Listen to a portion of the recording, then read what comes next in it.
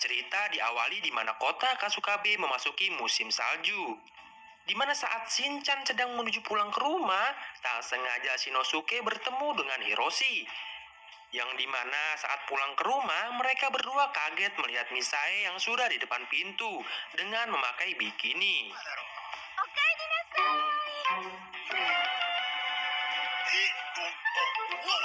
Jadi, kenapa Misae memakai bikini? Karena ingin menunjukkan bahwa ia mendapat kupon hadiah untuk pergi ke Australia, yang dimana di sana sedang mengalami musim panas. Lanjut saat keluarga Nohara sepakat untuk pergi honeymoon ke Australia. Sesampainya di Australia, mereka dibawa ke Pulau Great Barrier Reef, di mana pulau itu adalah tempat terakhir di Australia yang belum terjamah. Tiba di mana kesialan pertama keluarga Nohara saat sesi foto memasuki pulau tersebut, di mana Himawari malah menangis pas dijepret kamera. Hai, Happy honey. Di sana mereka juga ditemani Guet Tur. Shinosuke pun bertanya, "Anda siapa?" "Aku adalah Guet Tur, kau kok tebal?" Kata Shinchan, "Oh begitu, memang wajah Anda ini sangat tebal." ガイドの顔小杉です。確かに濃いお顔ですね。 Sampai di mana Guet Tur menceritakan soal legenda permata di mana harta ditukar dengan pengantin pria pada waktu cincin langit bersinar. Dan itu adalah permata zamrud bersinar. Lanjut di mana Shinosuke tertarik akan pakaian pemburu harta karun. Tapi di sini mereka berdua harus memenangkan dahulu permainan yang ada di sana. Jika juara 2, mereka mendapatkan setelan pemburu. Dan juara 1 mendapatkan burung unta, yaitu emu. Mereka pun menang dua-duanya. Bahkan Hiroshi mendapatkan 4 emu. 4 emu itu dinamakan oleh Shinosuke, yaitu Bo, Masao, Kazama, dan Nene. Bahkan punggung emu Kazama begitu lembut bagi Shinosuke.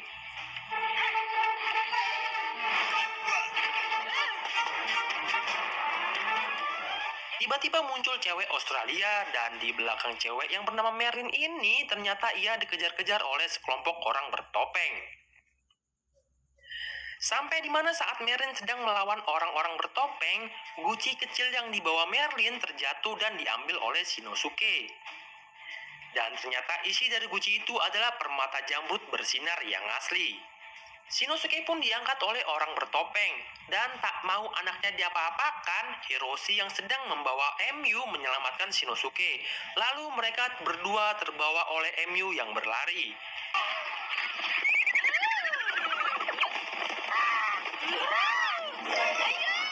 Di sini orang-orang bertopeng mengejar Hiroshi dan Shinosuke, juga Merlin yang ikut mengejar Shinosuke.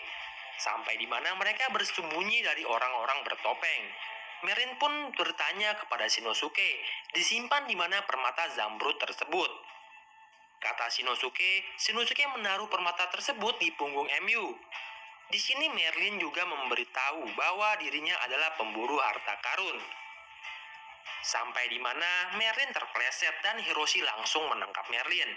Tiba-tiba Misae datang dari belakang dan terjadilah insiden kesialan kedua keluarga Nohara, yaitu cemburunya Misae terhadap Hiroshi. Mereka pun melanjutkan liburan mereka sampai di mana Turguet berwajah tebal menjelaskan di mana di dalam hutan masih ada 70% orang-orang asli, yaitu penduduk suku topeng. Di sini, Hiroshi juga menjelaskan atas insiden yang bikin Misae cemburu, bahwa dirinya hanya menolong Merlin yang kepleset. Lagi-lagi, kesialan keluarga Nohara yang ketiga, yaitu di mana mereka ingin berfoto romantis. Tapi Hiroshi malah nggak peduli, malah asik bermain bersama koala. Kok kana?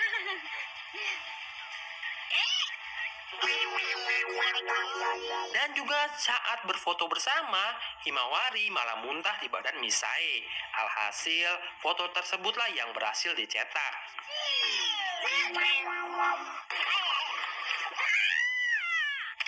Lanjut di mana? Di area pantai. Misae yang sudah ganti pakaian yang menurutnya paling bagus. Di sini Shinosuke malah mengeluarkan jurus lemak bergetar. Di saat yang bersamaan, Hiroshi malah menertawakan Misae.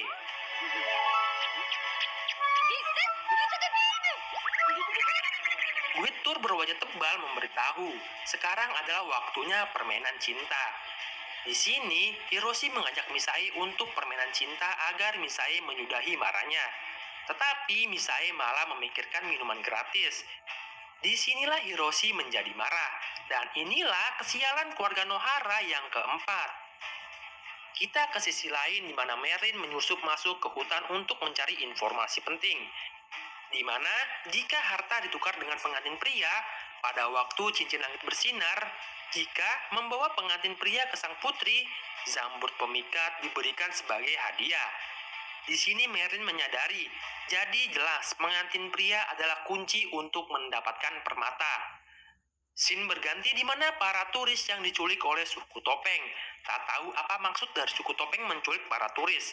Terlihat koala yang mencium kaki para turis, seketika koala tersebut memberi isyarat bahwa bukan turis ini yang mereka cari. Lalu turis tersebut dilontarkan ke arah laut. Tiba saat di mana keluarga Nohara menikmati makan malam. Hiroshi yang mencoba ingin romantis ke istrinya, tetapi istrinya malah fokus terhadap anak-anaknya. Dan Himawari sepertinya ingin ganti popok, lalu Misae pergi ke toilet. Tersisa ayah dan anak yang menikmati makan malam. Juga bersamaan akan dimulainya kompetisi menari. Hadiahnya cukup menarik, yaitu gratis tiket makan malam sambil berlayar. Sontak Hiroshi yang ingin meminta maaf ke Misae atas ulahnya tadi siang, ia mengikuti kompetisi menari tersebut. Sedang asik-asiknya menari, tiba-tiba suku topeng juga peliharaan koalanya mendeteksi kaki Hiroshi yang bau. Seketika koala tersebut menunjuk-nunjuk ke arah Hiroshi, menandakan Hiroshi lah orang yang mereka cari. Juga Misae yang lagi-lagi cemburu, yang melihat Hiroshi sedang menari bersama ciwi-ciwi muda. Disinilah terjadi cekcok antar suami istri. Misae yang langsung pergi ke apartemen, namun Hiroshi yang cabut dan begadang semalaman. 私には言わなかったのに。あの時はお前が無料だってケチなこと言うから。 Sampai di mana mereka berdua berpikir jernih dan berencana saling memaafkan. Hiroshi pun segera pulang ke apartemen sambil membawa bunga. Saat Hiroshi tiba di depan apartemen, ternyata Hiroshi sudah diikuti oleh suku topeng dan mereka menculik Hiroshi. Pagi harinya, Shinosuke bangun dan mencari ayahnya ada di mana. Misae yang mempunyai firasat buruk segera mencari Hiroshi, namun tidak ketemu.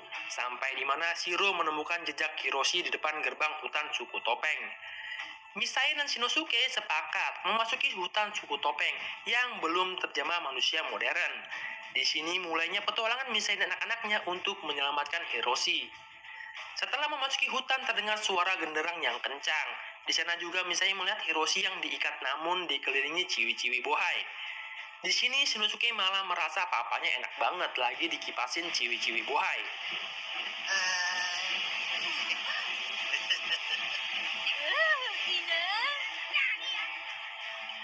Lanjut di mana Merlin tiba-tiba datang dari belakang.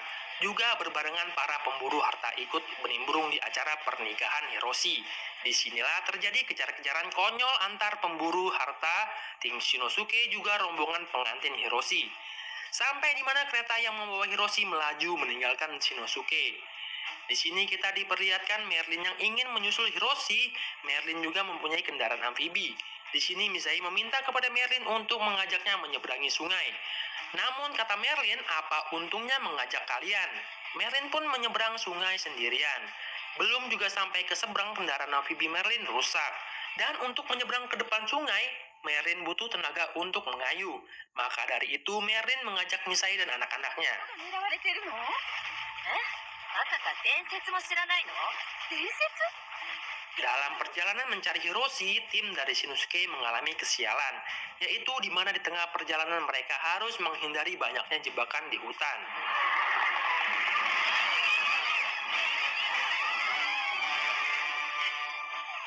Tiba di mana Shinosuke sampai di tempat para suku topeng. Di sini Shinosuke berhasil menemui Hiroshi. Namun di sini Hiroshi mengucapkan kata-kata seperti ini. これが俺のラブラブファイヤーだ。 Seketika Hiroshi memutuskan akan menikah dengan sang putri dan di sini Hiroshi membentak Shinosuke. Keluarga kecil ini pun seketika hancur, hati mereka tersakiti. Ternyata kenyataannya Hiroshi sudah diancam suku topeng untuk menyingkirkan keluarganya atau mereka akan membunuh keluarga Hiroshi. Hiroshi pun meminta dayang-dayang untuk membawa Shinosuke dan Misai keluar. Namun sayangnya saat di luar mereka malah didorong ke lubang yang dalam. Di dalam lubang ternyata juga ada pemburu harta karun berambut aneh. Untuk keluar dari lubang itu mereka harus memperbaiki kendaraan terbang milik si rambut aneh dan kembali menyelamatkan Hiroshi dari suku topeng. Alhasil mereka bisa terbang dan menuju ke tempat acara pernikahan Hiroshi. Di sini Misai juga sudah mengganti pakaiannya dengan gaun pengantin. Lanjut di mana sang putri menampakkan dirinya. Ternyata putri tersebut adalah koala berukuran besar. Koala tersebut menjadi terangsang karena bau kaki Hiroshi yang super bau. Nah, saat koala jumbo itu terangsang, dia tuh ternyata boker. Nah, bokernya ini adalah permata zamrud pemikat yang dikejar-kejar oleh Merlin dan yang lainnya. Shinosuke dan Misai pun bertarung melawan putri koala untuk menyelamatkan Hiroshi. Saat koala sibuk bertarung dengan Misai, Shinosuke, Himawari, dan Shiro segera melepaskan ikatan Hiroshi. Hiroshi pun langsung melompat ke arah Misai dan menunjukkan momen romantis di depan putri koala. Koala yang cemburu mengamuk dan melempar semua permata zamrud pemikat ke lautan. Endingnya koala yang ngamuk kalah dengan ceramah no jutsu dari Shinosuke. になれるものなんだぞ。大人になるまでゆっくりと自分のお宝を見つける。 Dan ternyata Merlin berhasil menemukan permata zamrud yang dibawa MU di dalam tas Misai. Dan juga walaupun liburan mereka kacau balau, mereka pun mengakhiri liburan